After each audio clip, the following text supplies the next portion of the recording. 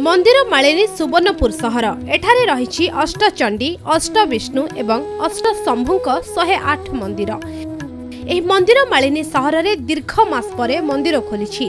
केवल मंदिर नुहे मस्जिद मध्य खोला जाइछि।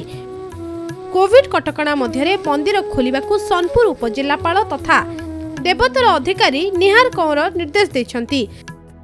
मंदिर पूजक मानक स्वास्थ्य परीक्षा कराई नेगेटिव रिपोर्ट आसीथिबा पूजकों को केवल पूजा पाई अनुमति दिया जायछि।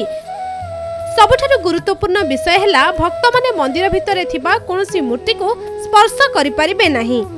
एथिसह मंदिर भितरे दीपदान सह फूल प्रसाद सेवन आदि को बारण करा जायछि।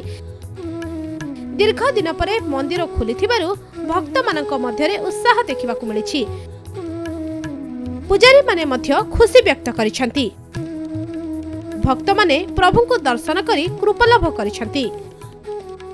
आम सुवर्णपुर इष्टदेवी माँ सुरेश्वरी पीठ आज दीर्घ 9 मास परे खुला है जे आज प्रशासन अनुमति नहीं करी आज आमको जन दायित्व देछन जे सोशल डिस्टेंस नहीं करी माँ को दर्शन करी भक्त आउ भक्त माने टाकी रही ये माँ मंदिर केबे खुलबा तो आज भक्त आसिक दर्शन करुछन। एले प्रशासन गाइडलाइन नहीं करी आमे भीतर को प्रवेश करूछु। Subarnapur Ashutosh Pujahari report Konark news.